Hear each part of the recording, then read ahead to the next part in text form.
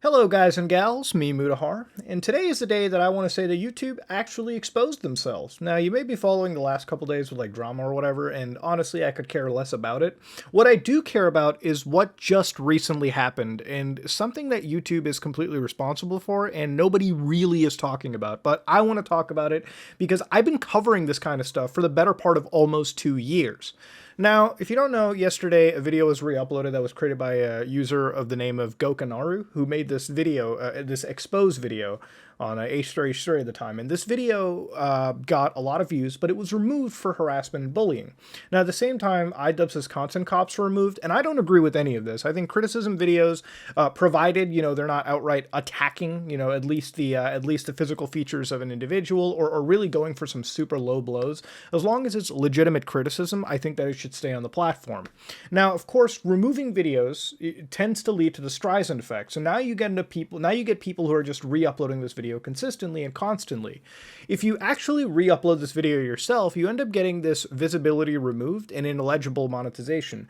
The visibility removed is the important part. This means the video is hard blocked, meaning that if you were to upload it yourself right now, then you would automatically have this video removed before you had a chance to make it public or unlisted or whatever. It would be removed as soon as it was uploaded and detected and playable by YouTube servers. Now, this is all fine and dandy, okay? I'm okay with this. This is how this stuff works, all right? This is what the Content ID system it works like. But it immediately reminded me of all those Cash App scams that we were looking at not too long ago. Now, none of this surprises me, okay? The Content ID system is actually really, really in-depth. I've been working on this Metal Gear video, and so far, most of my content footage is being Content ID'd by Konami. Now, are there ways that I can counteract this? Sure, I can reduce the quality of the video, I can apply multiple filters, I can mirror the footage, I can do a billion things to get past Content ID. The problem is you reach a point where you manipulate the video so much that it reduces the quality of the video. So at that point, I don't care if I'm not making any dime of ad revenue, I'd rather not ruin the quality of the video for anything when you can get a sponsor instead. With all that said though, let's go down a rabbit hole. Now this is a channel known as TapLab. If you don't know who TapLab is, TapLab posts these videos like Cash App hack, free money, $150 in 5 minutes.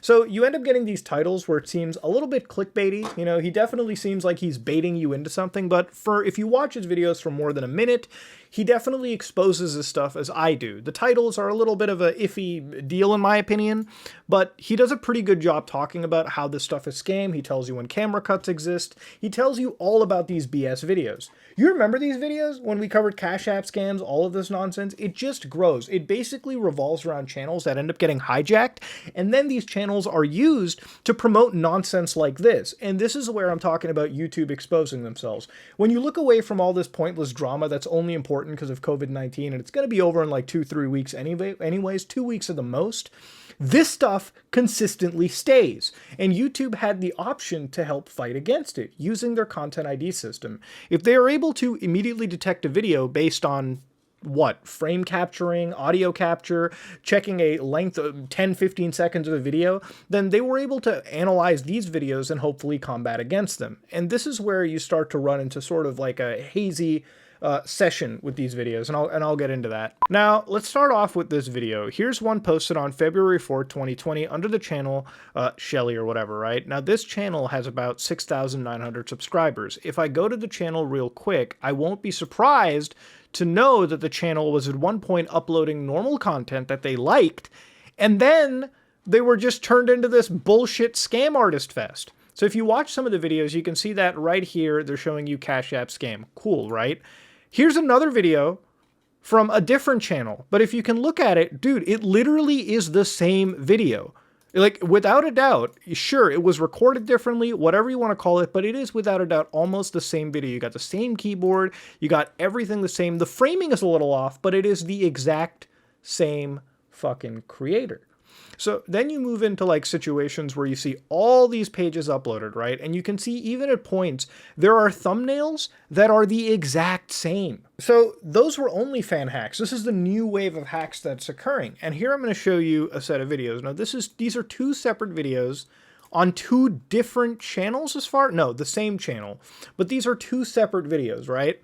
Now, immediately, if you look at it, the time codes are 416, it may be cut off for you, 405. So slight differences in the runtime, but at any point, if you click in this video, like for instance, if I go to the first section, so to speak, right, of these videos, you'll see that, wow, at first glance, it does in fact look like the same fucking video. You've got the same phone, same wallpaper, but if you look at the time, that's the key difference, right? And of course, the more and more you go down into this page, right, like the more and more you sort of dip into this website, you'll see that this is maybe the only difference where they show a different scam website. Now, I'm not saying the Content ID system, you know, will immediately pick this out, and maybe utilizing the Content ID system to fight these scams may in fact end up burning creators who cover this anyways.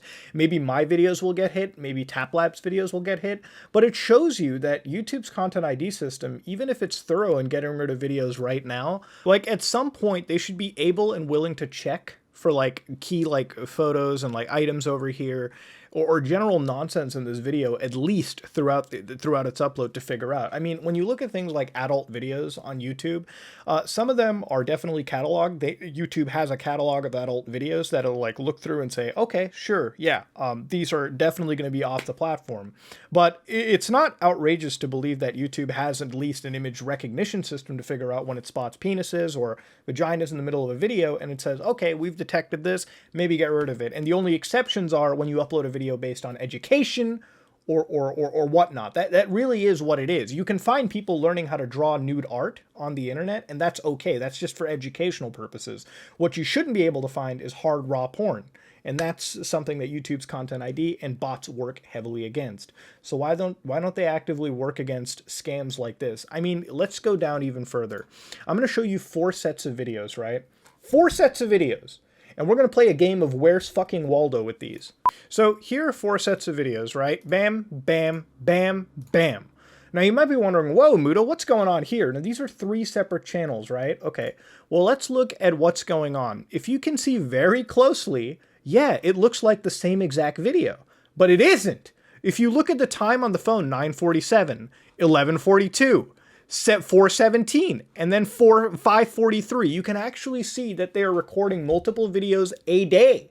All right, and how do I know that it's per day? Okay, go over here and look at the monitor. May 13th, right? May 13th? May 17th? May 17th? It's blurrier, but May 17th, and then May 3rd. So some days they're just recording multiple, like, en masse. And you can see that they upload literally a day later, 5th May. Like, it's literally a fucking printing press of scam videos. And they're so fucking identical, it's not even funny. Like, at first glance, as some viewer, you may not even notice a difference. But if you look here, their entire, like, context UI list on this OnlyFans app, the same exact names all the time. They literally have the same exact names all the time. And then the more and more you go into it, it's done in such a scripted manner that every single video here is almost identical. Like here you can see they're always sharing power mode, telling you to go to high performance. If I go into the middle of the video, they'll start telling you power mode. And then here it is, another one right here. I'll go to the middle of the video. Whatever they've got is an entire situation where it's done in this scripted, almost Fiverr mechanic.